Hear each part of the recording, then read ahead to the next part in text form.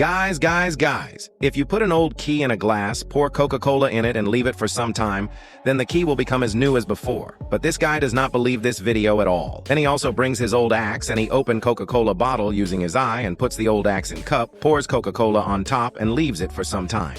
Friends, will the old axe be able to become as new as before or not? But before seeing that, on one side there is the water and on the other side there is alcohol. Which one of the two will you like? Only the people who like the water like me will like this video and subscribe to the channel. And see, in this way, if you like and subscribe the video, click on the remix option and type on use this sound, then some such magic will happen.